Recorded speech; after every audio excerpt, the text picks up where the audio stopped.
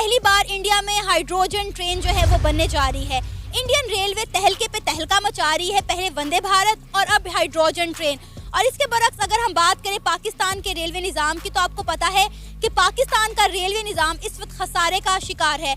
पाकिस्तान के पास जो ट्रेनें मौजूद हैं उनके पास सिर्फ 3 दिन का तेल मौजूद है। अगर 3 दिन तक इन ट्रेनों को तेल प्रोवाइड ना किया गया तो पाकिस्तान में चलने वाली तमाम ट्रेन बंद हो जाएंगी। इंडिया क्यों IMF के पास नहीं जाता? हम ही क्यों हमेशा जाते हुए दिखाई देते हैं? देखें ना, आप सिर्फ रेलवे निज़ाम को ना देखें, हर एक चीज़ ही मैंने आपको बताया कि हर एक चीज़ ही पाकिस्तान की इस टाइम उलट पुलट पड़ी है। इकॉनमी इतनी डाउन हुई है कि कोई भी बजट किसी भी चीज़ का निकल ही नहीं रहा।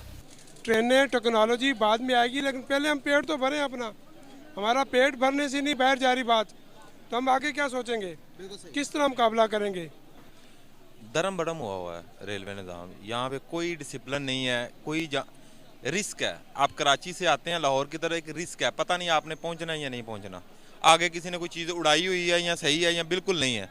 अब as compare to other countries में देखें, आप इंडिया की जो है ना वो एग्जांपल ले लें। अब इंडिया में जो है ना वो रेवेन्यू जनरेट करता है और वो रेवेन्यू जनरेट करके वो गवर्नमेंट को देता है, ना कि हमारी तरह जो है ना कि वो उसमें जो है ना वो हमारे पैसे बर्न होते हैं। अगर हम इंडिया के रेलवे निज़ाम की बात करें तो पहले उन्होंने पिछले दिनों वंदे भारत जो है वो लॉन्च की, बड़ी सक्सेसफुल रही वो। और अब जो है वो हाइड्रोजन ट्रेन जो है इंडिया बनाने जा रहा है। पहले जर्मनी में बनाई गई थी और अब इंडिया में बनाई जाने लगी। ऑब्वियसली ये बहुत बड़ी अचीवमेंट है। इससे जो है ना वो एक तो ये है कि रेवेन्यू जनरेट होगा और दूसरा ये है कि ये वैसे भी जो है ना वो बहुत सारा, अब वहाँ पे जो है ना वो ट्रेन एज अ लॉजिस्टिक भी यूज़ की जाती है और वहाँ पे ट्रेन जो है ना उसकी कहीं ज़्यादा जो है ना वो रेवेन्यू जनरेट करके देती है वहाँ पे। इवन कि वहाँ का जो पावरफुल मिनिस्टर होता है ना वो रेलवे का मिनिस्टर होता है एज़ कम्पेयर टू पाकिस्तान। और पाकिस्तान में आप ट्रेन का हाल देख लें, आई डोंट थिंक सो कि जो है ना वो कहीं जो है ना वो नई ट्रेन भी जो है ना वो इन ट्रैक्स पे आई होंगी। इवन के ट्रैक्स जो है ना वो भी इस हद तक खस्ता हाल हो चुके हैं कि जिन पे ट्रेन जो है ना वो जा नहीं सकती। और जहाँ पे इंडिया का देखें, हमारी जो ट्रेन सिस्टम है ना वो सुकड़ रहा है और वहाँ पे ट्रेन सिस्टम जो है ना वो एक्सपेंड कर रहा है इंडिया में। और खुद बना रहे हैं अपने मुल्क में, made in India products use करते हुए वो मेड इन इंडिया चीज़ें बना रहे हैं कि पाकिस्तान की जो ट्रेन्स हैं उनके पास सिर्फ 3 दिन का पेट्रोल बचा है। अगर 3 दिन तक उन्हें पेट्रोल प्रोवाइड ना किया गया तो पाकिस्तान की जो रेल गाड़ियां हैं वो बंद हो जाए। एग्जैक्टली इवन के नाउअडेज तो वैसे भी पाकिस्तान के डिफ़ॉल्ट के जो है ना वो बहुत सारी जो है ना वो रूमर्स जो है ना वो गर्दिश कर रहे हैं। और जहाँ तक देखा जाए पाकिस्तान के पास डॉलर्स है नहीं है, तो ट्रेन जो है ना वो हैवी जो है ना फ्यूल कंजम्पशन जो है ना वो करती हैं। तो इंडिया की डेफिनेटली जो ट्रेन सिस्टम है, जो रेलवे सिस्टम है, वो बहुत ज़्यादा रेवेन्यू जनरेट करता है। उसके बरक्स पाकिस्तान का जो है वो खसारे का शिकार हो रहा है। पे बेसिकली ऐसी फैसिलिटीज प्रोवाइड ही नहीं रेलवे में की जाती जिससे जो है ना वो लोग अट्रैक्ट हो और लोग अपनी पर्सनल व्हीकल छोड़ के ना ट्रैवल करना जो है ना वो ट्रेन पे पसंद करें। अब इंडिया में एज कंपैरिजन वो कहीं पे भी एक जगह से दूसरी जगह ट्रैवल करना हो तो वो ज़्यादातर कहते हैं कि भाई जो है ना वो एज सच जो है ना वो पर्सनल व्हीकल से जो है ना वो ट्रेन बेटर है। अब तो मोस्टली ट्रेन जो है ना वो वैसे ही बंद होती जा रही हैं और बहुत हद तक जो है ना वो सुकड़ता जा रहा है जो रेलवे का सिस्टम है। इवन के जो दूर दराज इलाके में जहाँ पे पहले चल रही होती थी ट्रेन, अब वो जो है ना उनके स्टेशन जो है वो ऐसे है जैसे बियाबान और खंडर नहीं होते हैं, एग्जैक्टली उसकी जो है ना वो कंडीशन की अक्कासी करते हैं। इंडिया ने ये वाला एक्सपेरिमेंट कर लिया और सक्सेसफुल रहा है। एक तो ये है कि उनकी जो रेलवे है उसको जो है ना वो एक्सपेंड कर सकेंगे और ज़्यादा, और दूसरा ये होगा कि वो अदर कंट्रीज़ को ये टेक्नोलॉजी जो है ना वो सेल कर सकेंगे। और थर्ड ये है कि उनको जो है ना वो इसके लिए पेट्रोल जो है ना वो बाहर से जो है ना वो मंगवाने की ज़रूरत नहीं पड़ेगी है, ठीक है। तो उनकी रिलायबिलिटी जो है ना वो उनके ऊपर ज़्यादा बढ़ती जा रही है एज़ कम्पेयर टू कि वो अदर कंट्री से जो है ना वो ऑयल बाय करें, वो जो है ना उसकी कंजम्पशन हो और उसके बाद जो है ना वो चला सके। तो इससे जो है ना वो अपने सिस्टम को ज़्यादा जो है ना वो बेहतर कर सकेंगे और दूसरे कंट्रीज़ को ये सेल आउट करके इससे रेवेन्यू भी जनरेट कर सकें। फ़र्क तो देखें ना, अभी तो पहले तो जिस तरह एक ही हिसाब था दोनों का समझ लें, लेकिन ये गुज़िश्ता कहीं तकरीबन 2 से 3 साल के दरमियान में उन्होंने अपनी डेवलपमेंट इतनी कर दी है कि उनके पास जो है काफ़ी ज़्यादा जो हमसे आगे हो गए हैं हर एक चीज़ में समझ लें। और रेलवे निज़ाम का देखा जाए तो हमारा तो स्टार्टिंग से ही इस तरह ही चल रहा था, बल्कि मैं यही कहूँगा कि स्टार्ट में जो था वो थोड़ा सा बेहतर था। अभी आके जो है हमारी इकॉनमी पे इतना असर पड़ा है कि हर एक चीज़ जो है उलट पुलट हुई पड़ी है सारी।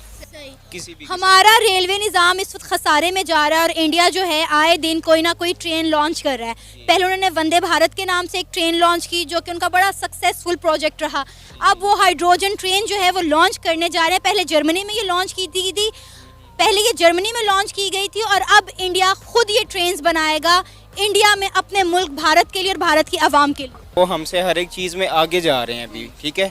अगर हमें भी जो है ये हमने भी ऑरेंज ट्रेन बनाई है, ठीक है, वो भी अब वो कह रहे हैं कि यहाँ पे जी हमारे पास सैलरीज नहीं है देने को, हमारे पास ये चीज़ नहीं है, हमारे पास बिजली नहीं पूरी होती, इसको पेट्रोल पे ख़त्म करना है, इसको बिजली पे लेके आना है। जब बिजली पूरी है नहीं है, पेट्रोल है नहीं है, तो वो चलेगी किस पे? ना वो बिजली पे चलाना चाह रहे हैं, ना वो पेट्रोल पे चलाना चाह रहे हैं। क्या वजह आपको नज़र आती है हमारे दोनों मुल्क इंडिया और पाकिस्तान एक साथ आज़ाद हुए, 75 साल उन्हें भी हो गए, 75 साल हमें भी हो गए हैं, इंडिया कहाँ से कहाँ निकल गया और पाकिस्तान का हर एक इदारा खसारे का शिकार है और इंडिया हर लिहाज से हर चीज़ में आगे जा रहा है और हम पीछे जा रहे हैं, यहाँ तक कि हमने अपने असासे बेचना शुरू कर दिए हैं। देखें ना, असासे तो समझ लें कि शुरू से ही बिकते आ रहे हैं। हमारे जो भी उनका सारे असासे होते हैं वो सारे उनके अंडर हैं, ठीक है। हमारे तो असासे भी सारे की कोई अमेरिका के पास पड़ा हुआ है, कोई चाइना के पास पड़ा हुआ है, कोई फलाने के पास पड़ा हुआ है। आप अभी ये देख लें उसको तैयब अर्दगान को देख लें, उसके पास कई चीज़ें हमारी ऐसे गिरवी पड़ी हुई हैं। इंडिया की तरक्की की एक वजह ये नज़र नहीं आती कि उसके हुक्मरान उसके साथ बहुत लॉयल हैं। अगर हम बात करें नरेंद्र मोदी की हुकूमत जब से आई है इंडिया ने बहुत ज़्यादा तरक्की की है।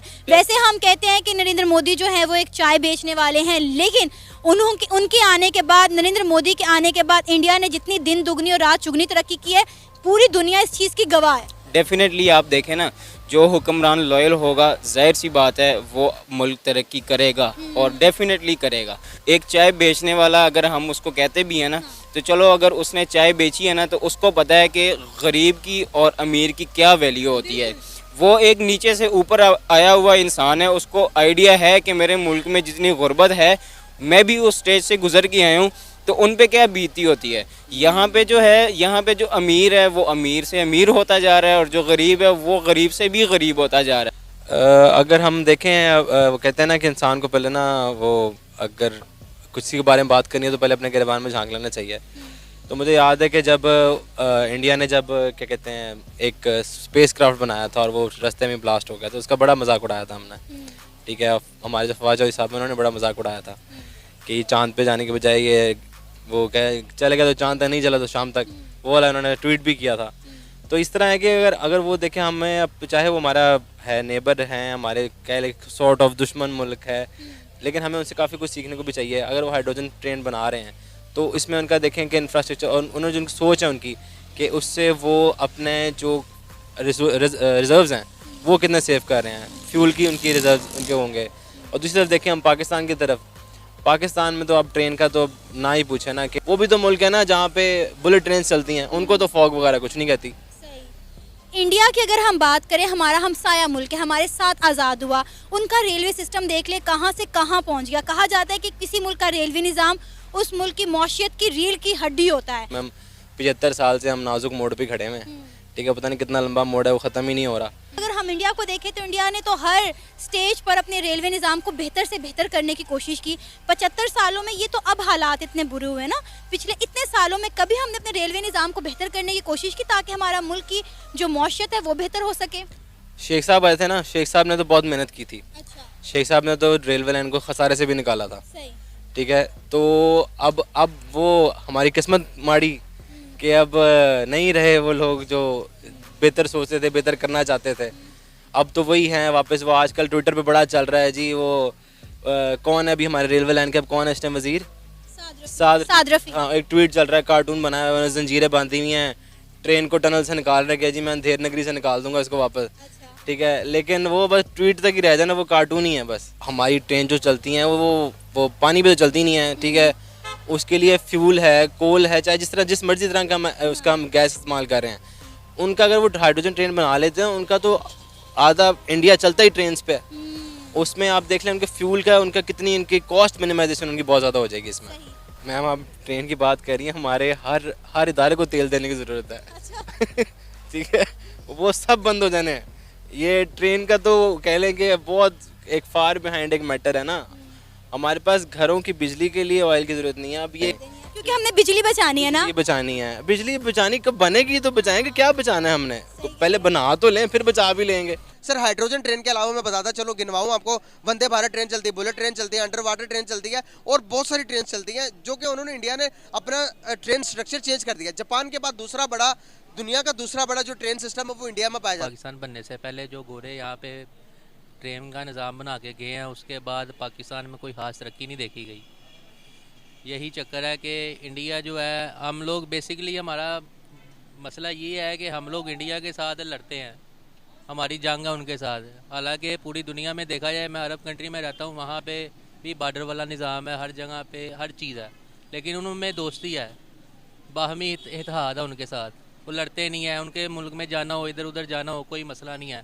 हम लोग सिर्फ क्या लगे हुए हैं कि हमारे पास एक एटम बम है और इंडिया के पास एक एटम बम है, हम उसी की जंग में ना उसके साथ ना दोस्ती करते हैं, हमेशा उनसे लड़ते रहते हैं, इसलिए हम पीछे रहे। जो हमारे पॉलिटिशियन है ना, उनको सिर्फ अपनी जेब पे बढ़ने का पता है, उनको आवाम की कोई फिक्र नहीं है कि आवाम किस ट्रैक पे चल रही है, निज़ाम में क्या तब्दीली लानी है। उनको सिर्फ पता है कि 5 साल बाद इलेक्शन होने हैं, यहाँ से यहाँ पे जाना है, इस बंदे को खरीदना है, उस बंदे को खरीदना है और अपना सिस्टम चलाना है। मुल्क को तरक्की करना हो ना, मुल्क ने तरक्की करना हो तो सबसे पहले हुक्मरानों का ठीक होना बहुत ज़रूरी है।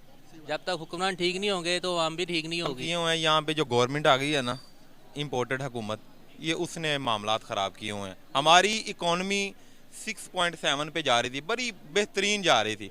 जब से ये 1 साल से आए हुए हैं ना, हमारा बेड़ा गर्क हुआ है 8 महीने में। नहीं, इकॉनमी के लिहाज से पूरी दुनिया को नज़र आ रहा है हम पीछे हैं, लेकिन उसमें यह मतलब नहीं है कि हम क्या कहते हैं कि इंडिया से पीछे, इंडिया से हम पीछे नहीं है।